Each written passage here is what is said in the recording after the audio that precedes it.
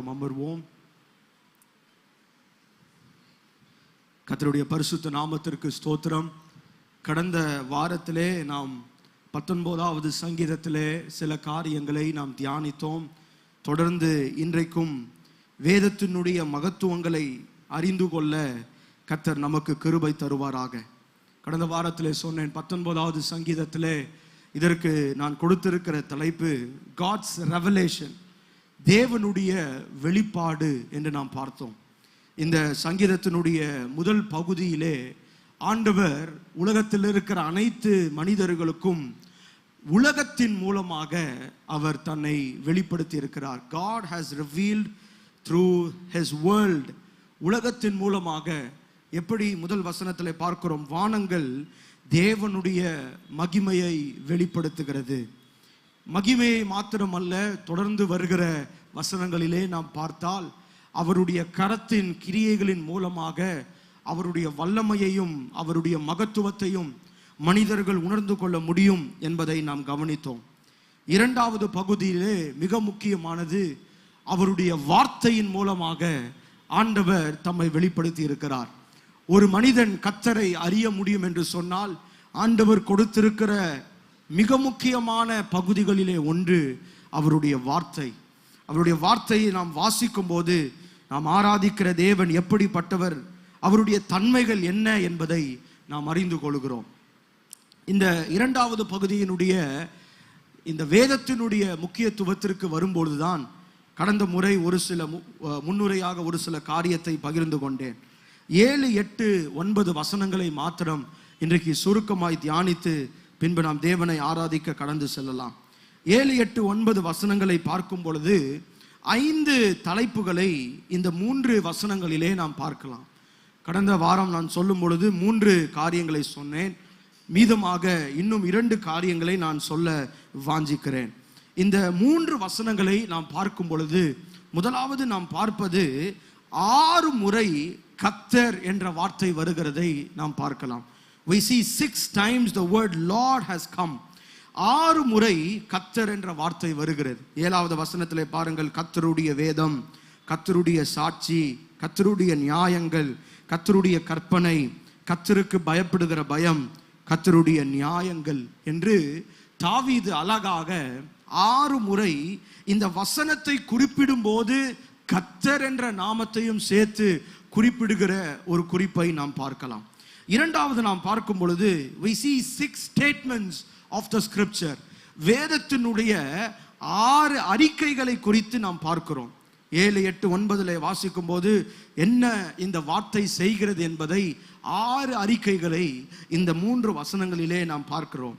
மூன்றாவது பார்க்கும்போது we see the 6 titles for scripture. வேதத்திற்கே 6 வசனத்திற்கான தலைப்புகளை இந்த பகுதியிலே நாம் பார்க்கிறோம். 6 தலைப்புகள் என்னென்ன வார்த்தைகள் என்று பாருங்கள். வேதம், சாட்சி, நியாயங்கள், கற்பனை, பயப்படுகிற பயம், நியாயங்கள் என்று பார்க்கிறோம். தமிழிலே தான் 3வது நியாயங்களும், அதாவது 8வது வசனத்தினுடைய முதல் காரியமும் 9வது வசனத்தினுடைய 2வது பகுதியும் பார்க்கும்போது நியாயம் என்று மொழிபெயர்த்திருக்கிறார்கள். ஆங்கிலத்திலும் எபிரேய பாஷையிலும் 6ம் வித்தியாசமான பெயர்கள். அப்ப சரியாய் இந்த 8வது வசனத்திற்கு நியாயங்கள் என்ற வார்த்தைக்கு என்ன நாம் ஆங்கிலத்திலே பார்க்கிறோம் என்று சொன்னால் பிரிசெப்ட்ஸ், அதாவது நியாயங்கள், கட்டளைகள் என்ற வார்த்தையை நாம் எடுத்துக்கொள்ளலாம். கட்டளைகள், கர்த்தருடைய கட்டளைகள். கடந்த வாரத்தில் சொன்னேன், 19வது சங்கீதம் என்பது இந்த வேதத்தினுடைய பெரிதான அதிகாரம் எது என்றால் 119வது சங்கீதம். இந்த 119வது சங்கீதம் எதை மையப்படுத்தி இருக்கிறது என்றால் கர்த்தருடைய வசனத்தை வைத்து மையப்படுத்தி எழுதப்பட்ட ஒரு சங்கீதம். அந்த சங்கீதத்தினுடைய ஒரு சுருக்கமாக இந்த 19வது சங்கீதத்திலே பார்க்கிறோம். அங்கே இதே வார்த்தைகள், சாட்சி, நியாயம், உண்மை, நீதி, இப்படி அதே வார்த்தைகள் தான் 119வது சங்கீதத்திலே 176 வசனங்களும் எழுதப்பட்டிருக்கிறது. தாவீது அழகாக இதை சுருக்கி ஒரு ரத்தின சுருக்கமாக ஒரு 119வது சங்கீதத்தினுடைய சாராம்சமாக இந்த 19வது சங்கீதத்தை எழுதியிருக்கிற காண்கிறோம். அப்போ இதில் பார்க்கும்போது 6 தலைப்புகள், வசனத்திற்கு கொடுக்கப்படுகிற 6 தலைப்புகளை நாம் பார்க்கிறோம். 4வதாக இந்த 3 வசனங்களிலே நாம் பார்ப்பது we see 6 characteristics of the scripture. வேதத்தினுடைய 6 பண்புகளை குறித்து இந்த 3 வசனங்களிலே வாசிக்க முடிகிறது. முதலாவது பார்க்கிறோம், கர்த்தருடைய வேதம் முதலாவது குறைவற்றது, இது உயிர்ப்பிக்கிற ஒன்றாய் இருக்கிறது, ஞானியாக்குகிறதா இருக்கிறது, சந்தோஷிப்பிக்கிறதா இருக்கிறது, தூய்மையாய் கண்களை தெளிவுபடுத்துகிறதாய் இருக்கிறது. இது 6 பண்புகளை அழகாக இந்த 3 வசனங்களிலே நாம் பார்க்கிறோம். விவரமாக பார்ப்பதற்கு நமக்கு சமயம் இல்லை. ஏற்கனவே சற்று தாமதமாக ஆரம்பிக்கக்கூடிய ஒரு சூழ்நிலை. ஆகவே நான் வேகமாய் கடந்து போகிறேன். கடைசியாக 5வது, we see the 6 benefits of the scripture. வேதத்தினுடைய 6 பயன்களை நாம் இந்த பகுதியிலே பார்க்கிறோம். வேதத்தினால் நமக்கு என்ன பயன்கள் கிடைக்கிறது, இதைத்தான் நான் சுருக்கமாய் உங்களுக்கு முன்பதாக நான் வைக்க விரும்புகிறேன்.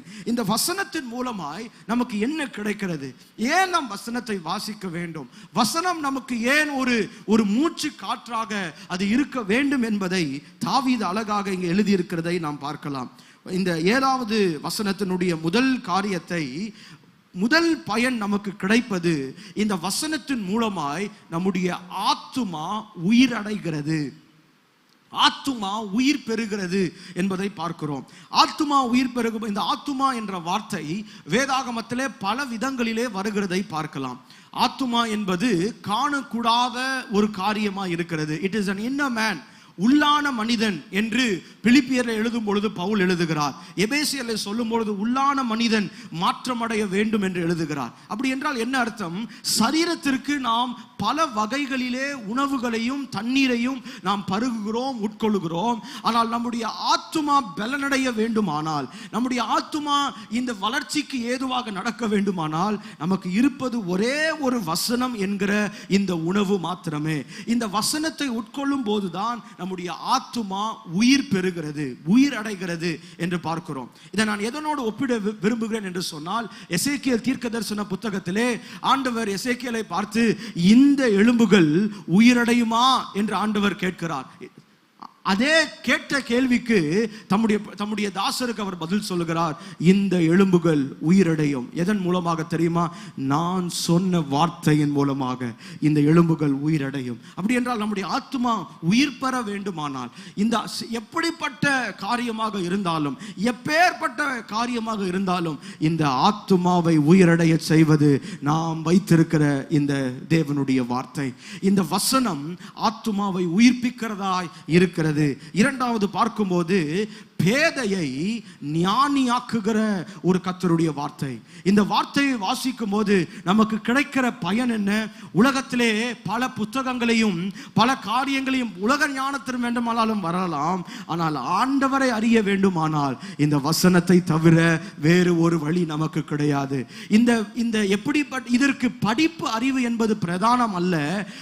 மட்டான படிப்பறிவு இல்லாதவர்களை கூட ஆண்டவர் பயன்படுத்தி 3000 பேரை ரட்சிக்க ஆண்டவராலே செய்ய முடியும். பேதுருவுக்கு படிப்பறிவு கிடையாது, ஆனால் 2வது அதிகாரத்திலே அவர் எழுந்து பிரசங்கிக்கும் பொழுது படித்தவர்களும் ஆண்டவரை ஏற்றுக்கொள்ள கர்த்தர் கிருபை செய்தார். பேதையை ஞானியாக்குகிற கர்த்தருடைய வார்த்தை.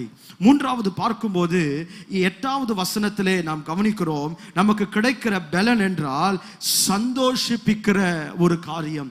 எப்பேற்பட்ட சூழ்நிலையும் இந்த வசனத்தை நாம் வாசிக்கும் போது ஆண்டவர் நம்மை பலனடைய செய்கிறார், சந்தோஷமடைய செய்கிறார். ஏனென்றால் இந்த வார்த்தை இருதயங்களை வகையறுக்குகிற வார்த்தை, உள்ளே ஊடுருவி சென்று எப்படிப்பட்ட வார்த்தை என்பதை நமக்கு தெளிவுபடுத்துகிற ஒரு வார்த்தையாய் காணப்படுகிறது. சொல்லப்படுகிறது. இந்த வார்த்தையை நாம் சோர்ந்து போகும்போது, மனிதருடைய ஆறுதலான வார்த்தையை நாடி நிற்கும் போது அங்கே நாம் தோற்று போகிறோம். ஆனால் ஆண்டவருடைய வார்த்தை சார்ந்திருக்கும் போது எந்த நபருக்கும் கர்த்தர் ஒரு பெரிய சந்தோஷத்தை தருகிறார். அழகான ஒரு வார்த்தை 119வது சங்கீதம் 165வது வசனத்திலே வாசிக்கிறோம். உம்முடைய வேதத்தை நேசிக்கிறவர்களுக்கு மிகுந்த சமாதானம் உண்டு, அவர்களுக்கு இடரல் இல்லை. அவர்களுடைய வாழ்க்கையிலே இந்த வசனத்தின் மூலமாய் ஆண்டவர் நம்மை சந்தோஷிப்பிக்க செய்கிறார். ஏனென்றால் இந்த வார்த்தை உயிருள்ள வார்த்தை, உயிரடைய செய்கிற வார்த்தை, நம்மை சந்தோஷப்படுத்துகிற வார்த்தை. நான்காவதாக பார்க்கும்போது இந்த 8வது வசனத்தினுடைய பின் பகுதியை நாம் கவனித்தால் கண்களை தெளிவுபடுத்துகிறது இந்த கர்த்தருடைய வார்த்தை. எந்த விதத்திலும் ஒருவேளை குழம்பி போயிருக்கிறீங்களா? நூதனமான பிரசங்கங்களும் நூதனமான உபதேசங்களும் இந்த நாட்களிலே, கடைசி நாட்களிலே பெருகி வருகிற சூழ்நிலையிலே ஒருவேளை உங்களுடைய உள்ளத்தில் பயம் இருக்கிறதோ, உங்களுடைய உள்ளத்தில் திகில், ஒருவேளை நானும் அப்படிப்பட்ட நூதனமான உபதேசத்திற்கு செவி சாய்த்துருவேனோன்னு யோசிக்கும் போது, இல்லை, கர்த்தருடைய வசனத்தை நீங்கள் வாசிக்கும் போது இதை எழுதின ஆக்கியோன் உங்களோடு கூட இருந்து போதித்து உங்களை சகல சத்தியத்திற்குள்ளும் வழி நடத்த அவர் உண்மையுள்ள தேவனாய் இருக்கிறார். போதகர் அல்ல, வேதத்தை எழுதின ஆக்கியோன் பரிசுத்த ஆவியானவர் உங்களை சகல சத்தியத்திற்குள்ளும் வழி நடத்த வல்லவர். அதுதான் பார்க்கிறோம். கண்களை தெளிவுபடுத்துவது கர்த்தருடைய வார்த்தை. கண்களை தெளிவுபடுத்துவது ஆண்டவருடைய வார்த்தை. இது எந்த கண்கள் என்றால், எந்த வழியிலே போக வேண்டும் என்று திகைத்து போயிருக்கிற சூழ்நிலையிலே வழி இதுவே, இதிலே நடவுங்கள் என்கிற சத்தம் நம்முடைய காதுகளிலே கேட்க செய்து நம்மை செம்மையான பாதையிலே நடத்துவது இந்த ஆண்டவருடைய வார்த்தை. 9வது வசனத்தில் பார்க்கும்போது 5வது நமக்கு கிடைக்கிற ஒரு பெரிய காரியம் என்னவென்றால், என்றைக்கும் நிலைத்திருக்கிறதான கர்த்தருடைய வார்த்தை. வானமும் பூமியும் ஒளிந்து போனாலும் அவருடைய வார்த்தை ஒருபோதும் ஒளிந்து போகாது. அவர் சொன்ன வார்த்தையின் அடிப்படையில் நம்மை கடைசி நாட்களில் நியாயம் தீர்க்கிற ஒரு கர்த்தருடைய வார்த்தை. எப்போதும் இந்த வசனத்தை அழிப்பதற்கு பல விதங்களிலே உலகத்தின் மனிதர்கள் அவர்கள் எழும்பி காரியங்களை செய்தார்கள், இந்த வேதத்தை எரித்தார்கள். ஆனால் இன்றைக்கும் இந்த வார்த்தை அநேகரை உயிரடைய செய்கிறது. இன்றைக்கும் இந்த வார்த்தை அநேகரை உயிர் பெற செய்கிறது. ஏனென்றால் என்றென்றைக்கும் அழியாத வார்த்தையை ஆண்டவர் தம்முடைய கரத்திலே அவர் கொடுத்திருக்கிறார். கடைசியாக பார்க்கும்போது மிக முக்கியமான ஒன்று, நம்மை நீதியாக்குகிற கர்த்தருடைய வார்த்தை. நமக்கு கிடைக்கிற பயன் என்றால் நம்மை நீதியாக்குகிற வார்த்தை. ஒருவேளை எனக்கு பரிசுத்தமாக நான் தோன்றலாம், அல்லது மற்றவருடைய பார்வையிலே நான் பரிசுத்தவனாக காணப்படலாம். ஆனால் எது என்னை சரி செய்யும் என்றால், இந்த வசனத்தை வாசிக்கும் போது உள்ளான மனிதனிலே பலன் அடைய செய்வது இந்த ஆண்டவருடைய வார்த்தை.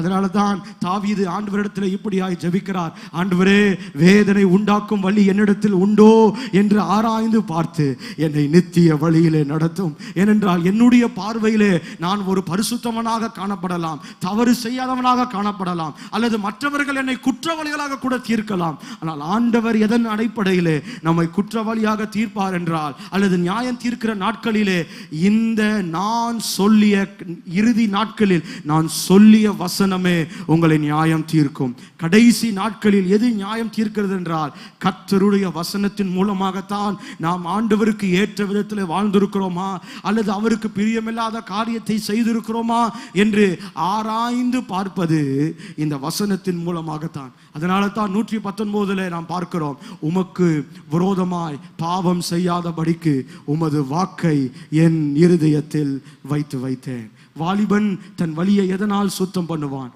வசனத்தின்படி தன்னை காத்து கொள்ளுகிறனால் தானே. இந்த வசனம் நம்மை புடமிடும், இந்த வசனம் நம்மை பரிசுத்தமாக்கும், இந்த வசனம் நம்மை பரலோகத்திலே கொண்டு வந்து சேர்க்கும். நிலையில்லாத உலகத்திலே, நிலையிட்டு இருக்கிற இந்த உலகத்திலே நிலையாய் நிற்பது கர்த்தருடைய வசனம் மாத்திரமே. அந்த வார்த்தையை